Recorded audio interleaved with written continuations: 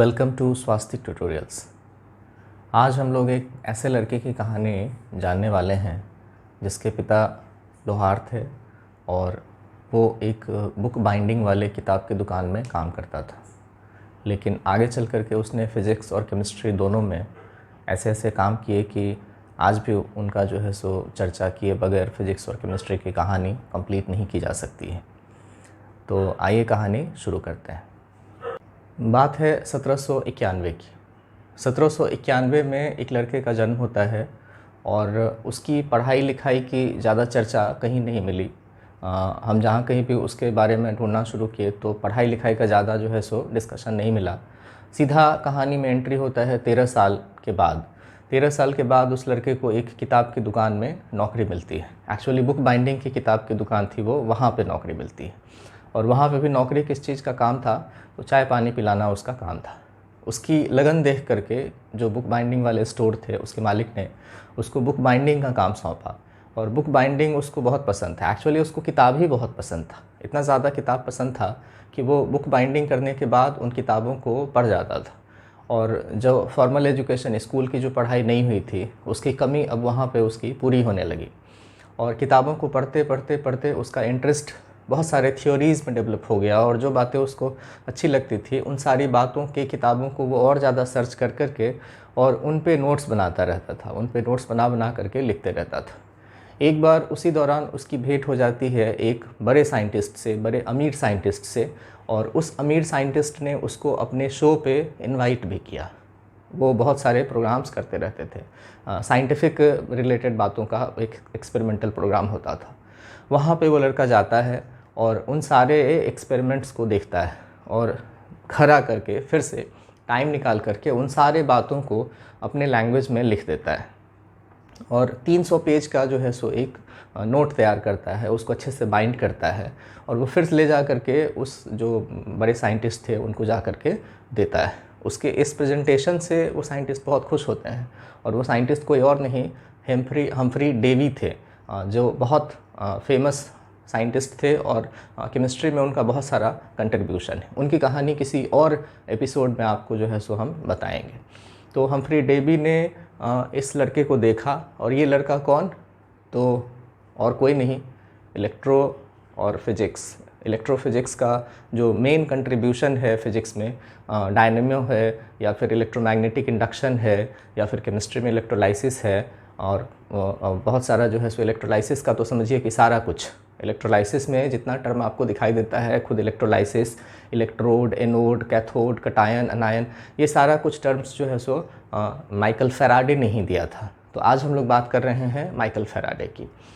तो Michael Faraday का जो वो प्रेजेंटेशन था 300 पेज का, वो हम्फ्री डेवी सर को बहुत पसंद आया और उन्होंने एक बार मौका मिला, वो रॉयल इंस्टीट्यूट में जो है सो बड़े साइंटिस्ट के पद पर काम करते थे।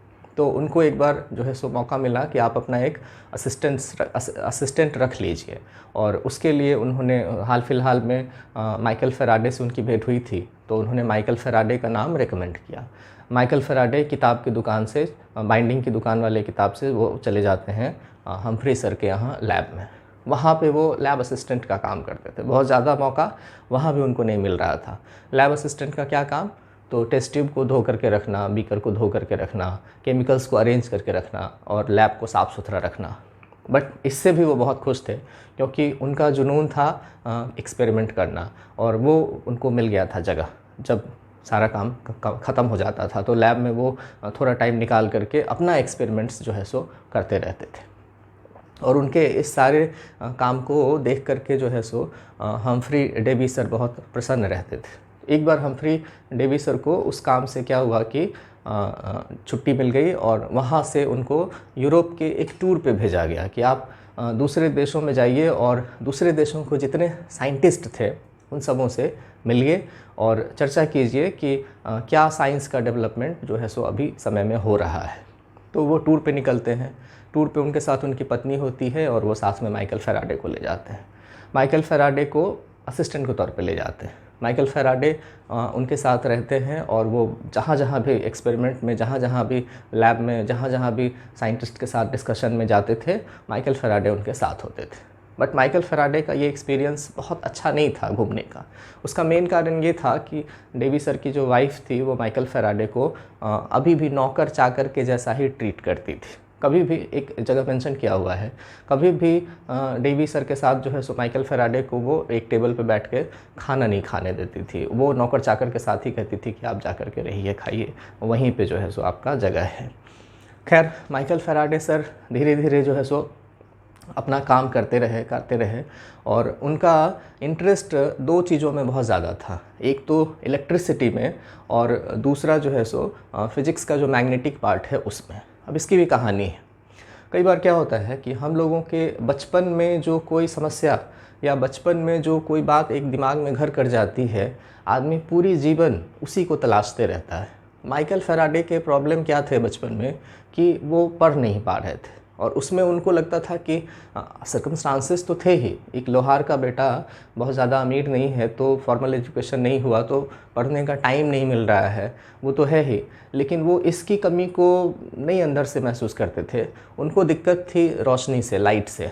दिन में तो सूरज की रोशनी में वो पढ़ लिया करते थे, लेकिन रात जब होती थी तब उनके लिए बड़ा मुसीबत हो जाता था। तो वो चाहते थे कि कोई ऐसा सिचुएशन हम लोगों के पास क्रिएट हो जाए कि इलेक्ट्रिसिटी हमेशा रहे, या फिर जो है सो रोशनी का कुछ ऐसा प्रबंध हो जाए जो बहुत ज़्यादा जो है सो हम लोगों के पास अवेलेबल रहे। इसी चक्कर में उनसे बेंजीन का डिस्कवरी भी हो गया। बहुत कम लोग ये ध्यान देते हैं कि ऑर्गेनिक केमिस्ट्री का जो मॉलिक्यूल बेंजीन है, और बेंजीन का जब भी कहानी आता है तो केक्यूल सर का नाम ज़रूर आता है, क्योंकि उन्होंने उसका रेजोनेटिंग स्ट्रक्चर दिया था। रेजोनेटिंग स्ट्रक्चर देने वाले का बहुत नाम आता है, बट बेंजीन का डिस्कवरी माइकल फ़ैराडे ने किया था, ये बहुत जगह चर्चा नहीं होती है। तो ये आप जान लीजिए कि माइकल फ़ैराडे ने बेंजीन का डिस्कवरी किया, और उसका भी कारण यही था कि उस बेंजीन से उसको जला करके लाइट प्रोड्यूस किया जा सकता था। तो लाइट का जो समस्या था उसका एक समाधान उनको मिल गया। और दूसरा, वो चाहते थे कि इलेक्ट्रिसिटी को किसी तरह से प्रोड्यूस करने का जो तरीका है उसको बढ़ाया जाए, और ये जो है सो लाइट का जो प्रॉब्लम है उसको दूर किया जा सकता है। तो इसमें उनका एक्सपेरिमेंट जो है सो इलेक्ट्रोमैग्नेटिक इंडक्शन वाला एक्सपेरिमेंट सब बहुत वो जो है सो काम करते रहते थे उस पर। कहानी ये भी है कि वो एक बार जो लाइटनिंग, आसमान में जो लाइटनिंग होती है वर्षा के समय, उस बिजली से चाहते थे कि इकट्ठा कर लें हम करंट को। तो वो एक बार जैसे ही आंधी पानी शुरू हुआ तो मेटालिक वायर में पतंग बांध करके पतंग को उड़ाना शुरू किया। कितनी कहानी सच है नहीं पता, बट ये कहानी है कि पतंग को उड़ाना शुरू किया, और मेटालिक वायर था कॉपर का, धागा के बदले। तो जैसे ही बिजली चमकी, कॉपर के वायर में करंट आया, और उसको वो एक लाइव ऑर्गेनिज्म, लिविंग ऑर्गेनिज्म रख करके उसको चेक करना चाहते थे। तो एक उन्होंने मुर्गा रखा हुआ था कि उसमें सटा करके देखेंगे कि करंट का क्या असर होता है। बट गलती से मुर्गा निकल गया, करंट उन्हीं को लगा, और सचमुच में बहुत ज़्यादा करंट लगा और बहुत ज़्यादा जो है सो उनको शॉक लगा। बट ये कंफर्म हो गया, और बाद में उन्होंने कहा कि ये तो ज़्यादा अच्छा ही हुआ कि मुझे ही लगा, क्योंकि उतना ज़्यादा करंट अगर उस मुर्गे को लगता तो वहीं पे उसके प्राण निकल जाते। तो ये एक्सपेरिमेंट करने का जो जुनून था उनका, यही आज जो है सो हम लोगों के पास डायनामो है, इसका जो है सो एग्ज़ाम्पल है। और एक समय ऐसा आया कि माइकल फ़ैराडे को ये डिसाइड करना था कि वो अपनी जॉब को कंटिन्यू करते रहें या फिर जो है सो अपना एक्सपेरिमेंट को कंटिन्यू करते रहें। तो उन्होंने अपने एक्सपेरिमेंट को ही चुना, जॉब को उन्होंने छोड़ दिया। तो जो सिक्योर जॉब था उसको छोड़ करके अपने पैशन के पीछे वो लग गए।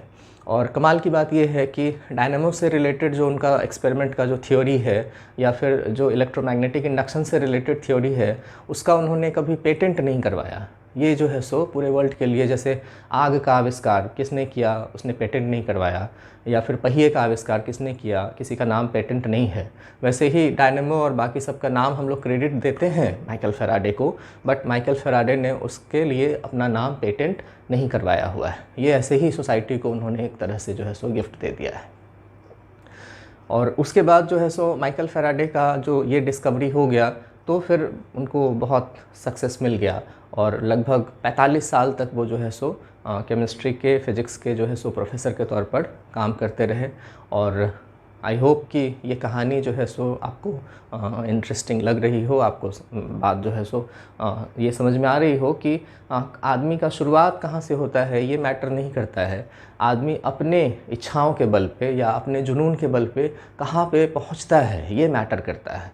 और पिछली कहानी में भी और इस कहानी में भी हम लोगों ने देखा कि एकदम से साधारण सा आदमी जो है सो कहाँ से कहाँ तक पहुँच सकता है अगर उसके अंदर काम करने का जुनून हो और वो परिस्थितियों के वश में ना हो। लोग अक्सर जो है सो परिस्थितियों के वश में हो जाते हैं और कई बार जो है सो हम लोग अपना सारा जो है सो कमी परिस्थिति पर डाल देते हैं कि मेरे पास ये नहीं था, वो नहीं था।